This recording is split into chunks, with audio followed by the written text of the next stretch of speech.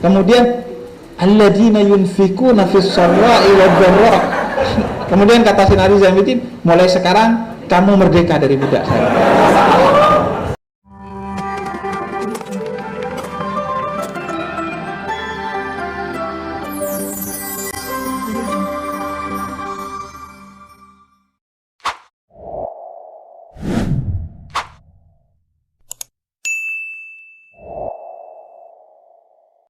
Oke, next.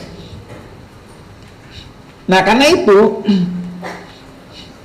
semua doktrin pada agama, dalam hal ini Islam, itu mendidik kita untuk menjadi pribadi yang berbudaya. Semua ritual itu utamanya bukan untuk ritual. Anda sholat bukan untuk Tuhan utamanya. Anda puasa haji itu utamanya bukan untuk Tuhan, tapi untuk mendidik diri Anda agar berbudaya. Karena itu kalau kita cek tuh ayat-ayat Quran, maka semua doktrin-doktrin itu berorientasi kepada kebudayaan. Inna sholata tanha anil fahsya'i wal munkar. Kenapa Anda disuruh sholat? Agar Anda menjadi manusia yang berbudaya, yang tidak keji dan mungkar kepada orang lain. Kemudian juga dikatakan neraka wel, fawailul lil musallin. Neraka wel bagi orang yang sholat. Yang sholatnya apa? Yang sholat dengan ria, dengan sombong, justru karena sholat. Makin sholat makin tidak berbudaya kita, makin sombong. Ini sholatnya orang yang kalau sholat sendiri bacanya surat Al-Ikhlas, karena ikhlasnya kalau baca surat Al-Ikhlas aja, selain Al-Ikhlas dia gak ikhlas. Tapi begitu rakaat kedua, waladhdallin, amin. Oh, ada yang amin. Langsung alif lam mim. Sujudnya ke Allah, nyembahnya ke makmum. Zakat menjadi sia-sia kalau melukai orang lain. Kalau zakat itu kamu tunaikan tanpa berbudaya, itu nggak ada artinya kata Allah. Justru zakat itu untuk membangun kamu menjadi pribadi yang berbudaya agar muncul empati kamu kepada orang lain. Semua tuh. Atau sebaliknya, kata kafir dalam Al-Quran. Anda coba tuh cek kata-kata kafir dalam Al-Quran, maka Anda akan menemukan diri Anda tuh ada di sana tuh. Serius. Kafir itu bukan hanya aspek akidah, tapi aspek budaya. Kafir itu dalam Al-Quran bukan hanya mengacu kepada orang yang tidak menyembah Allah atau tidak Islam, tapi juga pada aspek substansi. Kafir itu mengacu kepada seseorang yang tidak memegang nilai-nilai kebudayaan yang luhur. Contohnya, la in syakartum la azidannakum wa la in kafartum inna adzabi lasyadid. Kafir itu antonim dari kata syukur. Jadi orang yang nggak bersyukur itu orang kafir, walaupun secara akidah tidak, tapi secara substansi dia telah melakukan tindak kekafiran. Cosplay jadi orang kafir dia tuh. Iya, itu kafir dalam Al-Quran. Ini dikit aja saya cantumkan. Luqman 32, kafir itu artinya orang yang tidak setia. Lesti.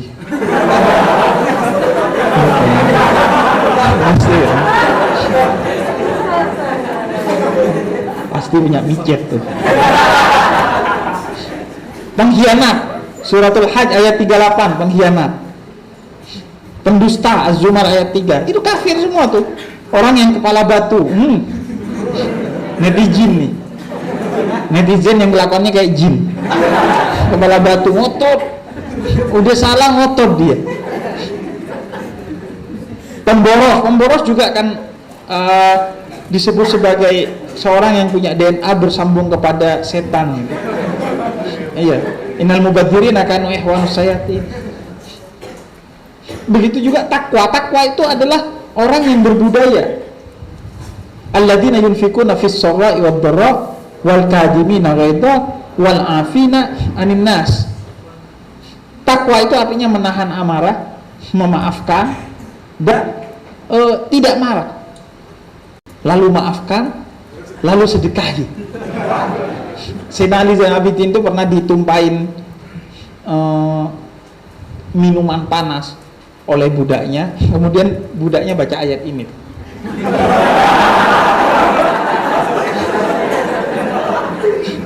Serius itu dalam riwayat.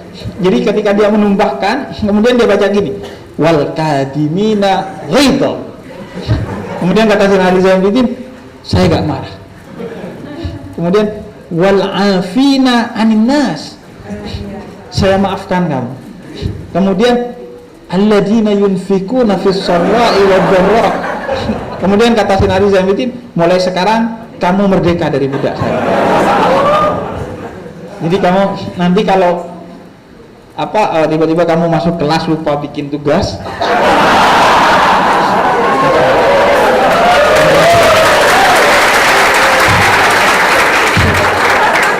kalau bapak-bapak dan ibu-ibu yang baju putih ini mau marah, langsung wal kadimina ghaidha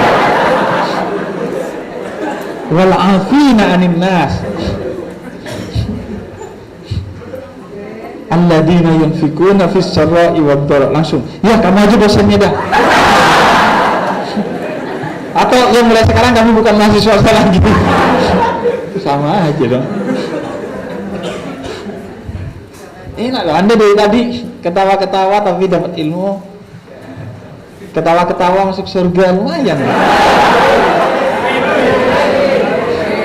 Next. Nah, penyebaran Islam karena itu berbeda antara ke utara Arab, Jazirah Arab, dan ke selatan Jazirah Arab.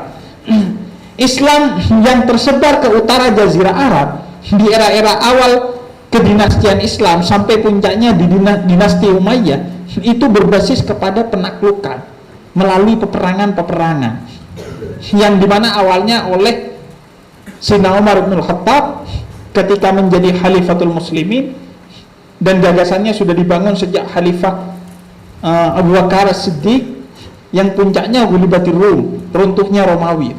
Itu pakai pedang tuh ditaklukkan. Puncaknya pada Bani Umayyah yang menaklukkan Andalusia, Spanyol. Spanyol itu di zaman kekhalifahan Umayyah itu 90% masyarakatnya Muslim tuh. Karena kekuatan dari penaklukan tuh, tapi pakai pedang tuh.